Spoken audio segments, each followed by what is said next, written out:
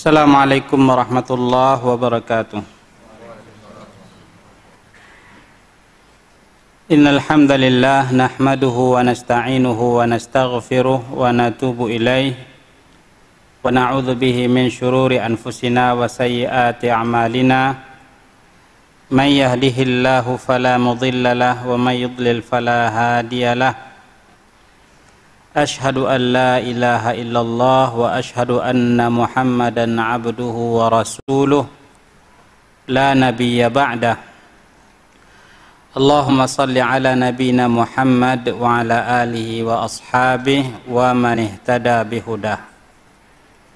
Amma ba'd, kaum muslimin dan muslimat rahimani wa rahimakumullah. Alhamdulillah, kita bersyukur kepada Allah Subhanahu wa ta'ala. Kembali kita dapat bertemu di majelis ini dalam kajian kitab Idah Al-Mahajjah. Itu penjelasan tentang Sabilus Salaf, cara ulama salaf di dalam belajar agama, akhiriddin, dan memahaminya, kemudian mengamalkan dan mendakwahkannya. Itu penjelasan tentang cara ulama salaf di dalam, yang pertama, belajar agama. Kemudian yang kedua, setelah belajar, mengamalkannya. Bagaimana mereka mengamalkan, bagaimana mereka beramal. Kemudian yang kedua memahaminya. Itu belajar, memahami pelajarannya. Kemudian yang ketiga mengamalkan. Kemudian nanti mendakwahkannya. Apa tujuannya? Supaya bisa kita ikuti, kita teladani. Kenapa kita pelajari cara-cara mereka dalam belajar, dalam memahami, di dalam mengamalkan agama, di dalam mendakwahkannya? Karena insya Allah cara-cara mereka itulah yang terbaik untuk kita jadikan sebagai contoh panutan. Cara-cara mereka itulah yang terbaik. Makanya dikatakan oleh sebahagian para ulama dulu, kullu khairin, setiap kebaikan atau segala kebaikan itu adalah dengan cara bittiba'i man salaf, mengikuti cara-cara ulama salaf.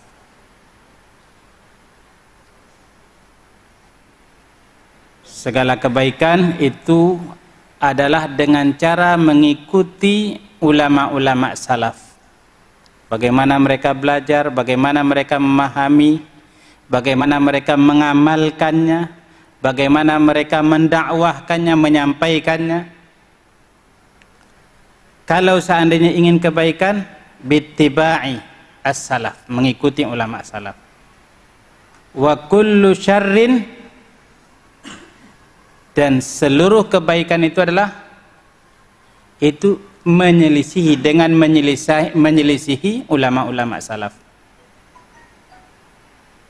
mengikuti bid'ah-bid'ah yang dibuat oleh orang-orang yang datang di kemudian hari. Itu dalam urusan agama. Ini tujuan kita mempelajarinya. Kenapa? Namanya Idah Al-Mahajjah fi bayani sabilis salaf. Penjelasan tentang tata cara ulama salaf di dalam belajar, memahami, kemudian mengamalkan dan mendakwahkan. Memangnya kenapa? Kalau seandainya kita sudah tahu, sudah dijelaskan kepada kita, kemudian sudah tahu, memangnya untuk apa?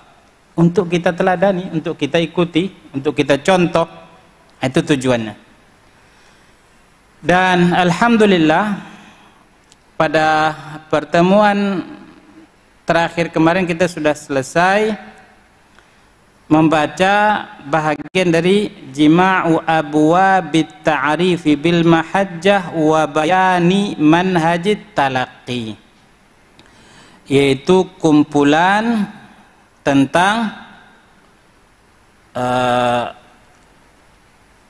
pengertian yang dimaksud dengan al-mahajjah atau as-salaf, siapa yang dimaksud, kemudian dalil-dalil, kumpulan dalil-dalil tentang tata cara belajar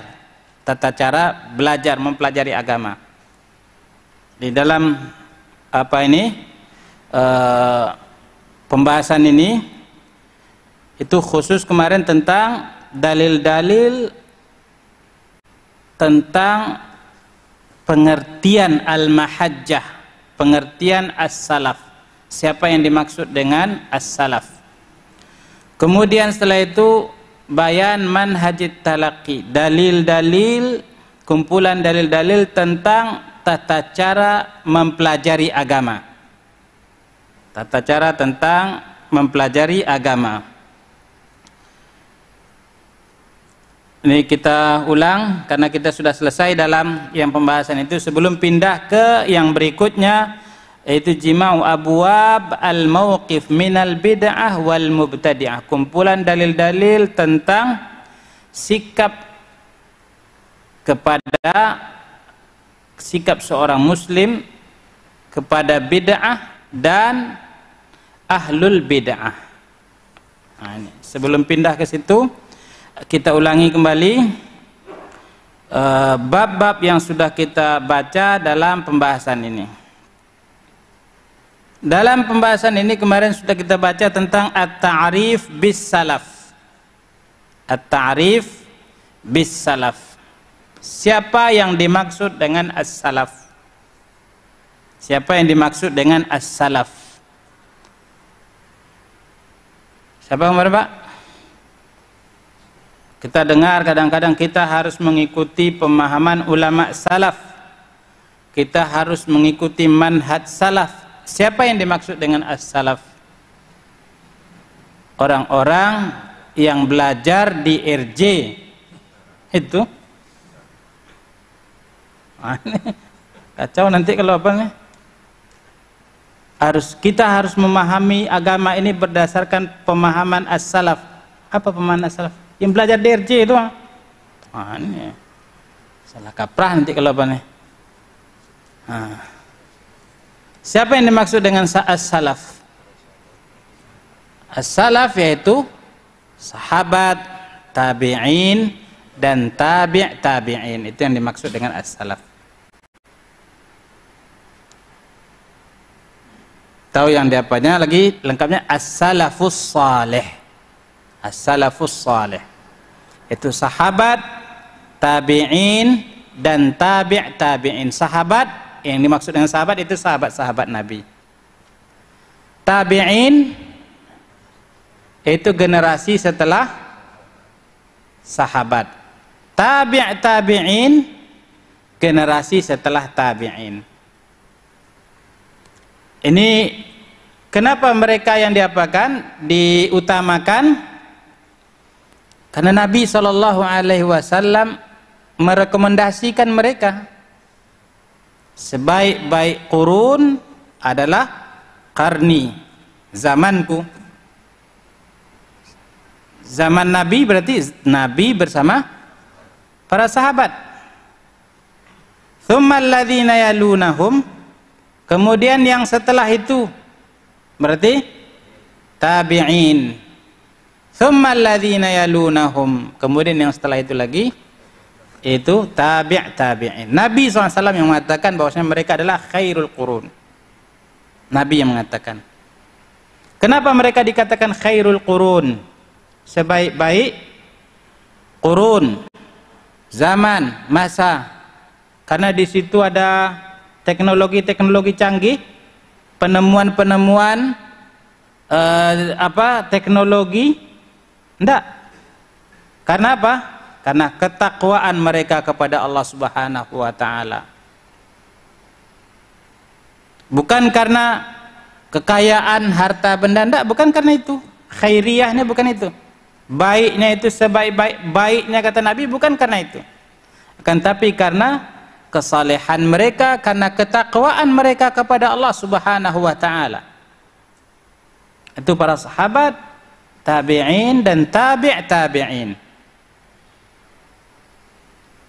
Nah, mereka lah yang dimaksud dengan as-salaf atau as-salafus salih.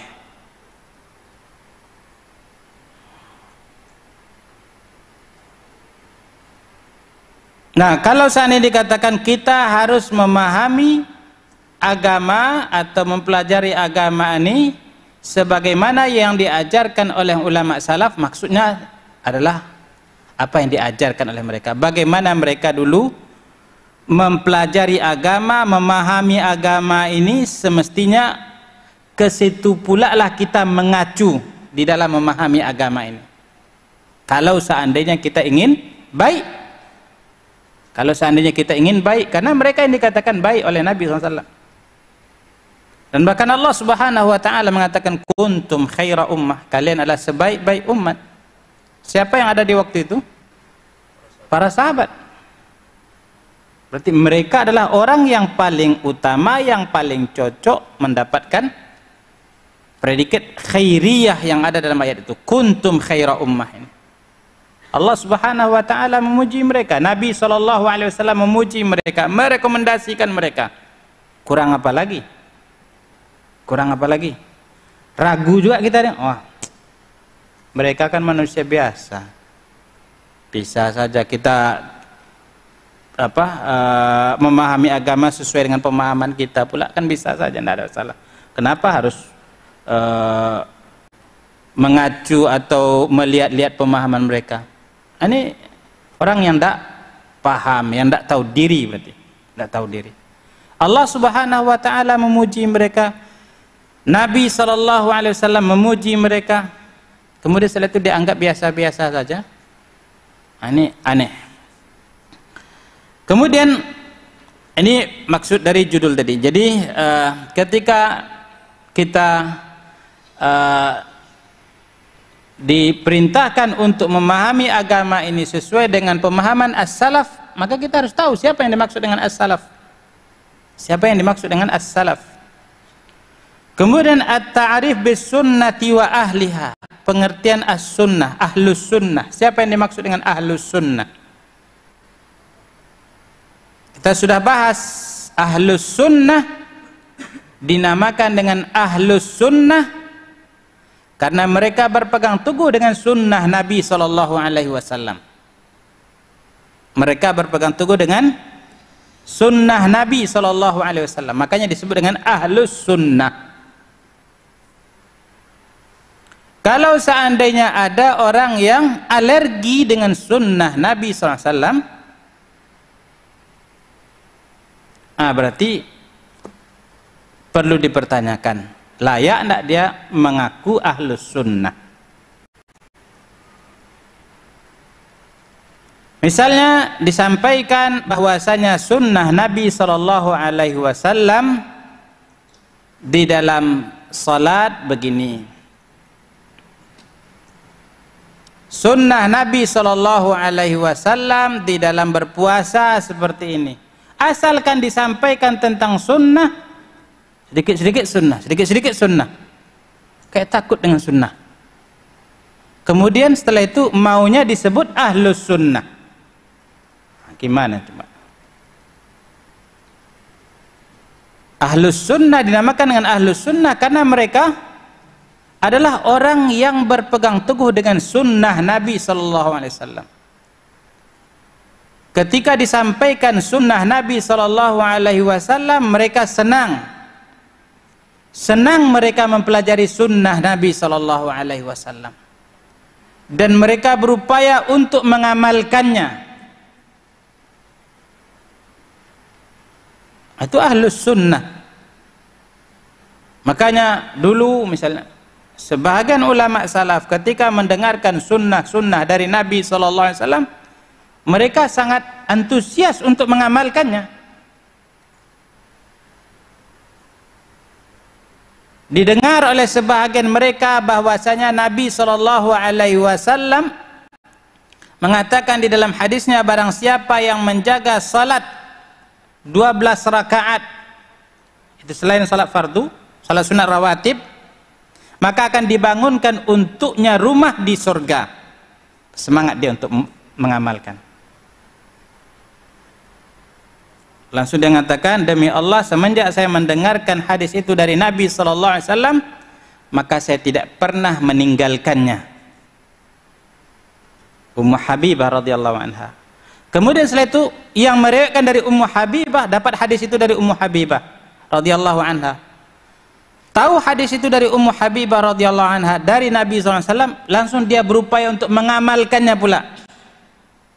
Semenjak saya dengarkan hadis itu, maka saya berupaya untuk mengamalkannya. Tandanya senang, antusias, bersemangat untuk mengamalkan sunnah Nabi SAW. Dan begitu seterusnya.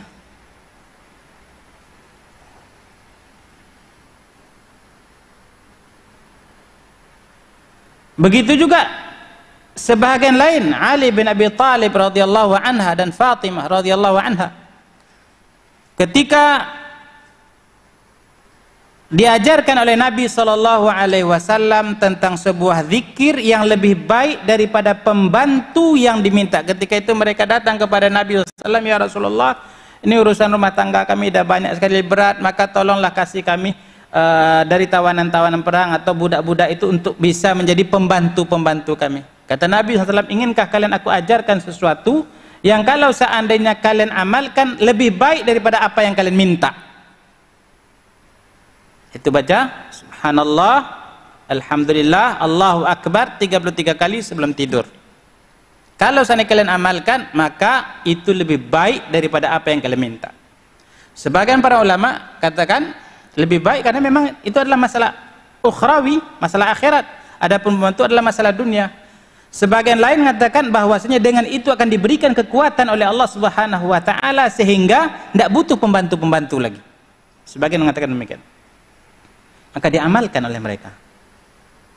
Diamalkan sampai dalam suasana-suasana fitnah ketika tengah berkecamuk perang pun Ali bin Abi Thalib radhiyallahu anhu bercerita tidak dia tinggalkan. Tandanya apa?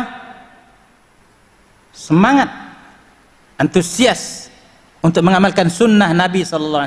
Itu baru pantas disebut ahlus sunnah.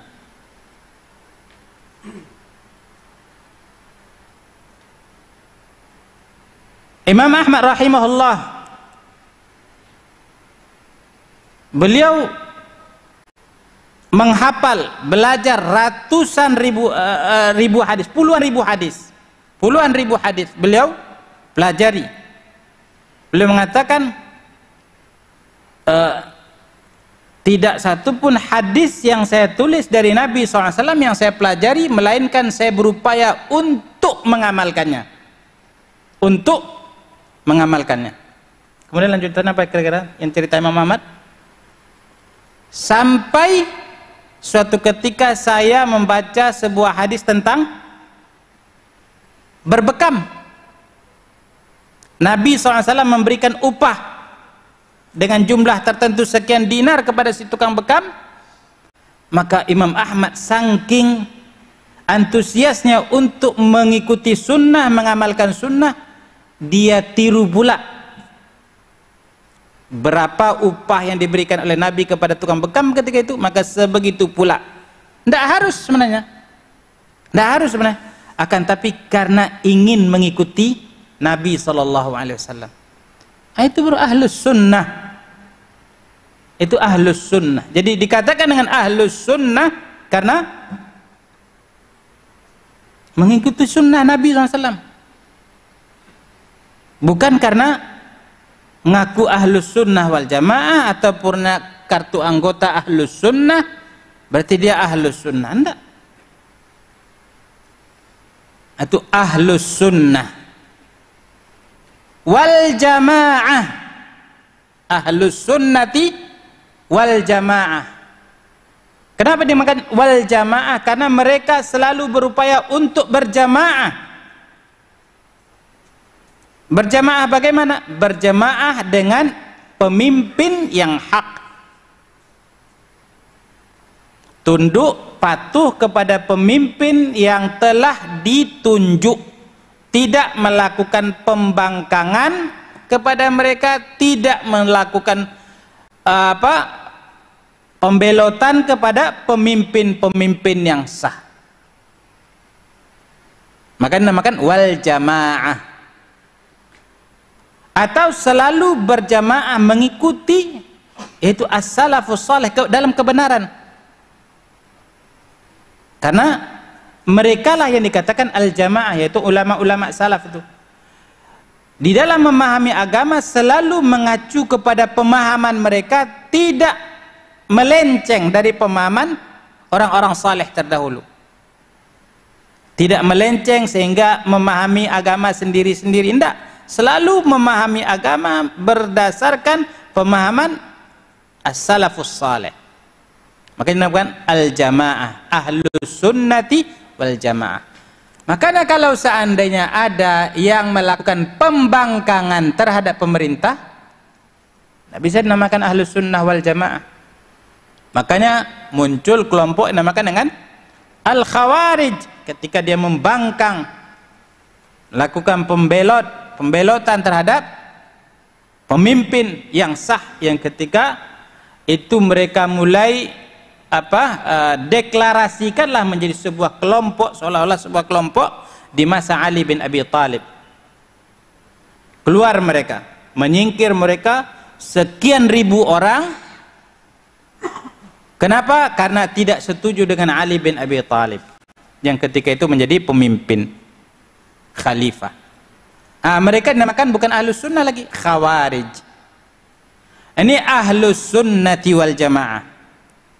Ini harus tahu kita apa yang dimaksud dengan as-salaf atau as-salafus salih atau ahlus sunnati wal jamaah. Kenapa? Karena kita nanti akan sering membaca atau bertemu atau mendengarkan, kita harus memahami agama berdasarkan pemahaman ahlus sunnati wal jamaah, berdasarkan pemahaman ulama as-salafus salih. Siapa yang dimaksud dengan ahlus sunnah wal jamaah? Siapa yang dimaksud dengan ulama as-salaf, as-salafus salih? Nah, kalau kita tidak tahu gimana coba? Oh, itu ahlus sunnah wal jamaah katanya, kiranya apa saja, plang saja, tahu-tahu jauh dari sunnah malah. Jadi bukan dengan pengakuan-pengakuan, bukan dengan pengakuan-pengakuan. Ini harus tahu kita, harus kita dudukkan. Ini dalam belajar agama. Jadi kita harus belajar agama, mempelajari agama ini berdasarkan Al-Quran, berdasarkan hadis, dengan pemahaman as-salafus salih, ahlus sunnati wal jamaah. Harus tahu kita.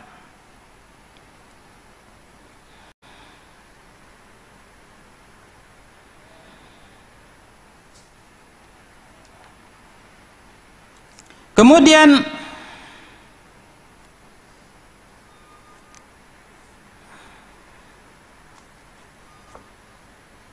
kita baca juga ada bab bayan annal haqqa wat tariq wahid la yata'addad, bahwasanya yang hak itu satu. Yang hak itu satu. Makanya Nabi SAW mengatakan seluruh mereka di neraka ketika berbicara tentang perpecahan yang terjadi di kalangan Yahudi, di kalangan Nasara, di kalangan umat Nabi Muhammad sendiri, bahkan yang terpecah belah menjadi 73 golongan, seluruhnya di neraka kecuali satu. Yang hak itu satu. Apa yang hak itu? Yang mengikuti Al-Quran dan Sunnah. Yang mengikuti Al-Quran dan Sunnah.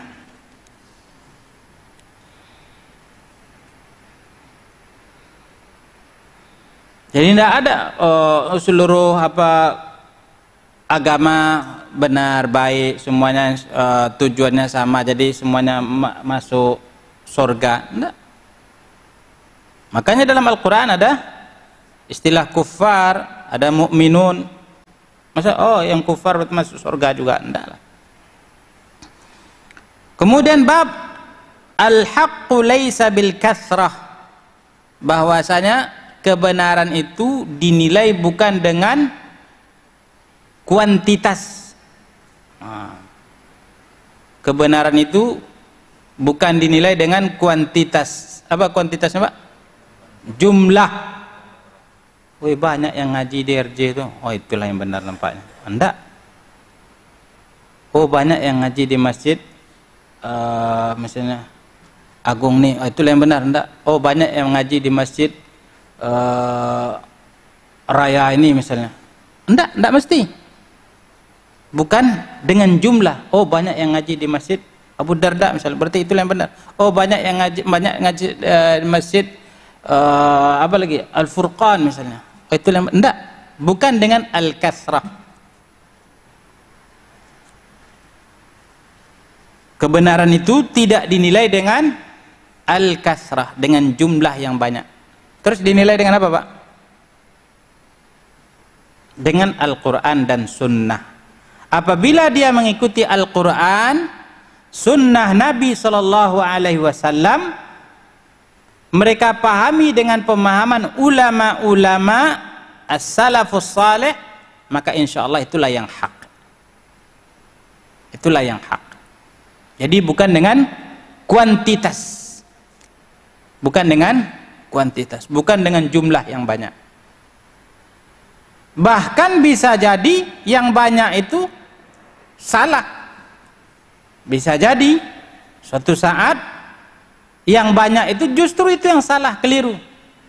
Makanya Allah Subhanahu wa taala mengatakan dalam Al-Qur'an, "Wa in tuti' aktsara man fil ardi yudilluka an sabilillah." Kalau kamu ikutilah kebanyakan yang ada di permukaan bumi ini, maka mereka akan menyesatkan engkau dari jalan Allah Subhanahu wa taala. Kalau diikutilah kebanyakan yang ada di permukaan bumi ini, berarti kebanyakan yang ada itu menyesatkan. Jadi tidak bisa, oh banyak ini yang benar, tidak. Nah, apa kaitannya dengan judul? Dalam belajar agama seperti itu. Dalam belajar agama. Bukan dinilai dengan, oh banyak belajar, oh berarti disitulah saya belajar, karena itulah yang benar. Tidak. Lihat, apa yang dipelajari. Bagaimana mereka belajar agamanya. Apakah sesuai dengan Al-Quran dan Sunnah, sesuai dengan pemahaman ulama-ulama, atau enggak? Kalau seandainya dipahami agama tidak berdasarkan Al-Quran, tidak berdasarkan hadis, tidak berdasarkan pemahaman ulama salaf, sekalipun banyak, sekalipun ramai, tidak mesti. Ini ma'asyiral ikhwan yang dimuliakan oleh Allah Subhanahu wa taala.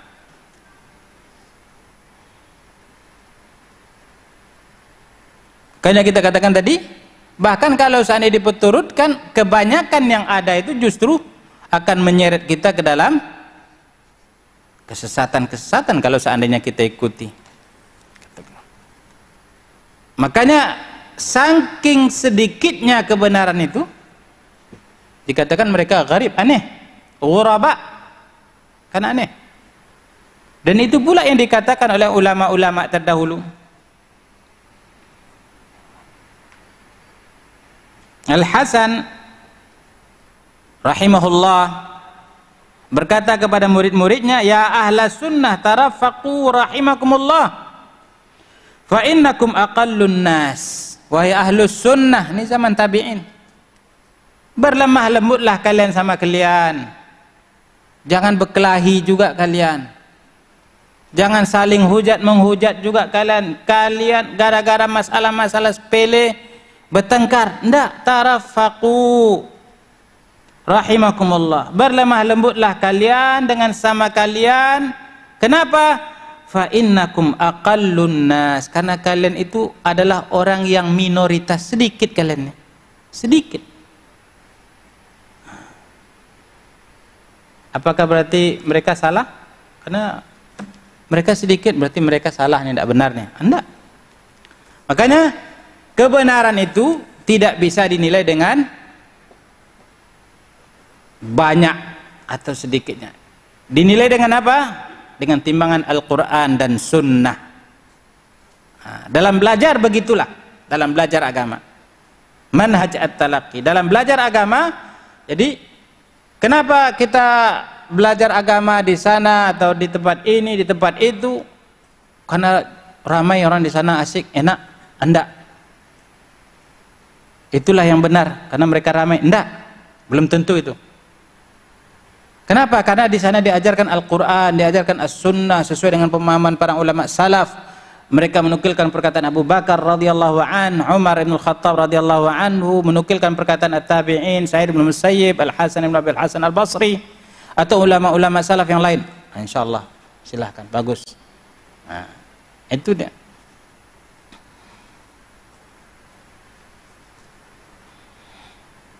Kemudian setelah itu beliau bawakan beberapa bab yang ini sebagai penguat-penguat. Di antaranya yaitu fadlut tamassuk bis sunnah, fadlus sabar ala sunnah, keutamaan berpegang teguh dengan sunnah, keutamaan untuk bersabar di atas sunnah supaya kita kokoh istiqamah. Kenapa? Karena ketika kita belajar agama, telah mengenal agama dengan baik, ada keinginan untuk akan banyak ujian-ujian, cobaan-cobaan. Maka supaya kita tidak berkecil hati, ingat bahwasanya orang-orang yang berpegang teguh dengan sunnah memiliki fadilah yang sangat besar di sisi Allah Subhanahu wa taala. Bersabar di dalam berpegang teguh dengan sunnah, mengamalkan sunnah Nabi SAW, ini memiliki fadilah yang sangat besar di sisi Allah Subhanahu wa taala. Maka beliau bawakan bab itu.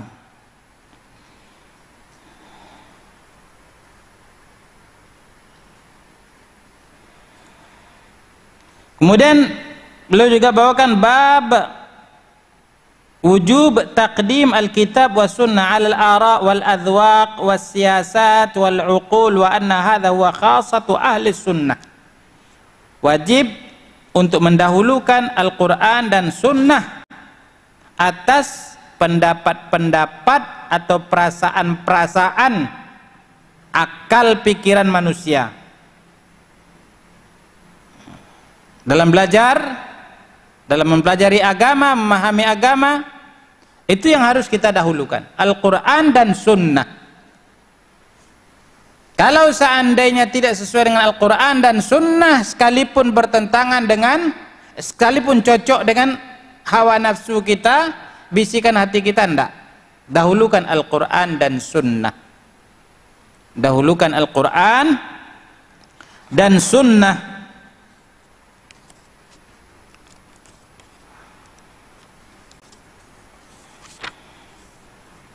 Dalam hal ini beliau bawakan kisah dari as-salafus salih, sahabat Nabi Rafi' bin Khadij radhiyallahu anhu, di mana mereka dulu punya kebiasaan-kebiasaan di masa jahiliyah dalam muamalah jual beli, sewa menyewa. Kemudian datang larangan dari Nabi sallallahu alaihi wasallam. Datang larangan dari Nabi SAW, padahal jual beli yang mereka lakukan itu sangat bermanfaat dulunya. Tapi ketika datang larangan dari Nabi SAW, maka mereka tinggalkan kebiasaan-kebiasaan mereka itu. Maka dia katakan, nahana Rasulullah SAW an amrin kana lana nafi'an. Nabi SAW melarang kami dari suatu perkara yang bermanfaat untuk kami sebenarnya. Kami sangat terbantu dengan muamalah seperti itu. Senanglah kami dulu, kami lakukan. Amrin kana lana nafi'an wa tawa'iyatullahi wa rasulihi anfa'u lana. Tapi ketaatan kepada Allah, ketaatan kepada Rasulnya itu jauh lebih bermanfaat bagi kami. Kalau muamalah-muamalah yang menurut kami bermanfaat itu mungkin menurut pemikiran kami yang dangkal ini bermanfaat. Tapi mungkin kalau seandainya dikaji-kaji banyak sisi mudaratnya, banyak masalah-masalah yang tidak baiknya. Tapi kami tidak paham. Maka ketika Nabi SAW melarang, nahana, kami tinggalkan. Sekalipun itu dulu adalah suatu hal yang bermanfaat yang kami lakukan itu, tapi ketaatan kepada Allah, ketaatan kepada Rasul lebih kami dahulukan dan lebih bermanfaat untuk kami. Kami yakin akan lebih bermanfaat untuk kami. Nah, itu mendahulukan Al-Quran dan Sunnah. Al-Quran dan Sunnah. Jangan, kita harus mendahulukan Al-Quran dan Sunnah, harus mendahulukan Al-Quran dan Sunnah. Datang Al-Quran, datang Sunnah Nabi SAW mengatakan seperti ini, ternyata bertolak belakang atau berat dengan apa yang telah kita lakukan selama ini. Misalnya, ini berat nampaknya kalau dilakukan. Kalau dilakukan banyak apa terbengkalai urusan-urusan kita ini. Ini mungkin sekali-sekali menyelisih sunnah inilah apa-apalah. Ini enggak. Ahlus sunnati wal jamaah atau dalam belajar agama wajib dahulukan Al-Quran dan Sunnah. Dahulukan Al-Quran dan Sunnah atas pendapat-pendapat pribadi, atas perasaan-perasaan pribadi, pemikiran-pemikiran akal kita kesampingkan. Enggak. Tawa'iyatullahi wa rasulih anfa'ulana. Taat kepada Allah, taat kepada Rasul itu lebih bermanfaat untuk kami, sehingga itu yang akan kami lakukan. Ini ma'asyiral ikhwan yang dimuliakan oleh Allah Subhanahu wa taala. Begitu kita belajar, harus dibiasakan seperti itu. Baru insya Allah mendatangkan keberkahan dia, insya Allah mendatangkan keberkahan.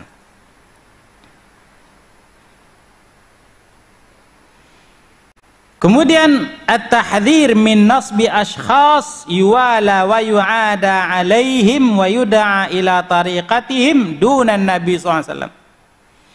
Itu larangan keras untuk mengidolakan seseorang sampai-sampai kita loyal gara-gara dia atau kita bermusuhan gara-gara dia. Ada orang yang senang dengan guru kita, maka kita senang pula dengan dia. Baru kenal, gimana menurut kamu Ustadz sebelah? Senang dia dengan Ustadz saya. Wah, berarti inilah yang benar. Gara-gara orang, gara-gara tokoh, individu-individu tertentu, dia senang atau tidak senang kepada? Enggak. Manusia bisa saja dia berubah. Atau manusia bisa saja khilaf.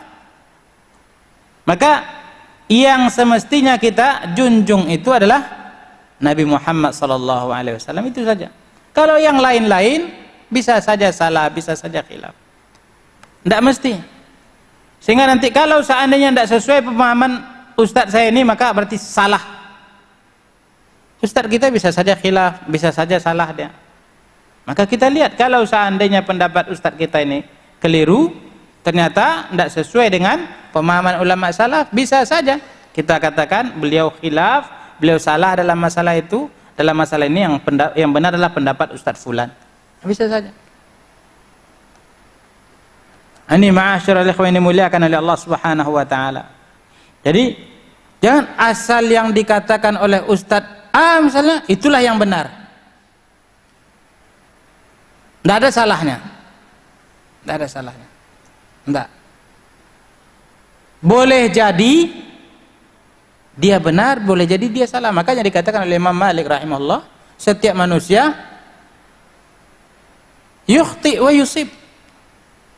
Bisa jadi benar, bisa jadi salah. Atau yukhadhu biqauli wa yurad, bisa diambil perkataannya dan bisa saja ditolak. Illa sahibu hadzal qabr, kecuali pemilik kuburan ini, yaitu Nabi Muhammad SAW.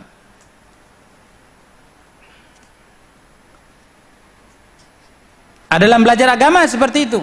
Dalam belajar agama seperti itu semestinya kita. Jadi ketika kita belajar dengan ustadz tertentu, kita dengarkan apa yang disampaikan berdasarkan dalil Al-Quran dan Sunnah Nabi SAW sesuai dengan pemahaman salaf.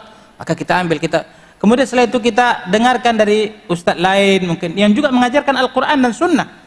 Dengan syarat sama-sama mengajarkan Al-Quran dan Sunnah, mengajarkan Al-Quran dan Sunnah, dan mengikuti pemahaman as-salafus saleh. Kita dengar pula, oh ternyata dalam masalah ini beliau yang benar, maka kita ikuti yang benar.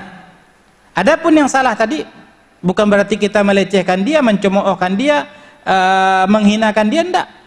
Kita katakan mudah-mudahan beliau berpahala kalau seandainya beliau berijtihad dalam masalah itu, mudah-mudahan beliau berpahala. Akan tapi dalam masalah ini nampaknya ustadz itu yang lebih benar.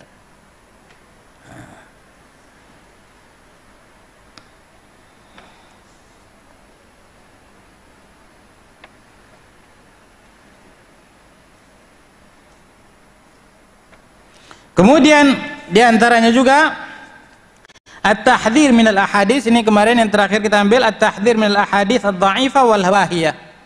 Di dalam belajar agama harus berhati-hati kita dari hadis-hadis yang dhaif, sangat lemah, apalagi palsu, maka berhati-hati kita. Seperti yang kita contohkan kemarin, beberapa hadis-hadis yang sangat lemah atau bahkan palsu, dikatakan oleh para ulama palsu, akan tapi banyak beredar di tengah-tengah masyarakat. Maka harus tahu kita agar kita tidak terjerumus ke dalamnya atau tidak beramal dengan hadis-hadis yang sangat lemah. Bahkan kaum muslimin dan muslimat yang dimuliakan oleh Allah Subhanahu wa taala, para ulama berbeda pendapat di dalam beramal dengan hadis-hadis yang lemah. Dalam amalan-amalan yang memiliki fadilah berbeda pendapat. Akan tapi mereka sepakat kalau seandainya dia lemah sekali, wahiyah, maka tidak bisa diamalkan. Jadi yang bisa diamalkan itu yang menurut ulama-ulama yang mengatakan boleh beramal dengan hadis-hadis dhaif, itu syaratnya tidak lemah sekali. Syaratnya tidak lemah sekali. Kalau seandainya hadis itu lemah sekali, wahiyah, maka tidak boleh diamalkan. Tidak boleh diamalkan. Apalagi palsu. Makanya diceritakan oleh sebagian para ulama tentang kisah orang-orang yang meriwayatkan hadis palsu ini. Yahya bin Ma'in dan Imam Ahmad rahimahullah suatu ketika pergi ke sebuah majelis yang di situ orang menyampaikan hikayat-hikayat begitulah. Yang penceramah yang menyampaikan hikayat-hikayat ini menyampaikanlah sebuah hadis yang palsu ketika itu. Dia sampaikan sanadnya an Ahmad wa Yahya bin Ma'in dari Ahmad bin Hanbal dari ini sampai kepada Nabi SAW, bahwa Nabi SAW mengatakan seperti ini. Imam Ahmad dan Yahya bin Ma'in ada di situ. Kaget Yahya bin Ma'in. Saya tidak pernah meriwayatkan hadis seperti ini. Didatanginya, wahai fulan, tadi kamu menyampaikan hadis begini-begini yang sanadnya tadi bisa dikatakan diulangi lagi? Ya, dari fulan bin fulan bin fulan, dan sayalah Yahya bin Ma'in yang kamu sebutkan dalam sanad itu. Dan saya tidak pernah meriwayatkan hadis seperti yang kamu sebutkan. Dan Imam Ahmad bin Hanbal, ini dia orangnya. Dia juga tidak pernah meriwayatkan hadis seperti yang kamu sampaikan itu.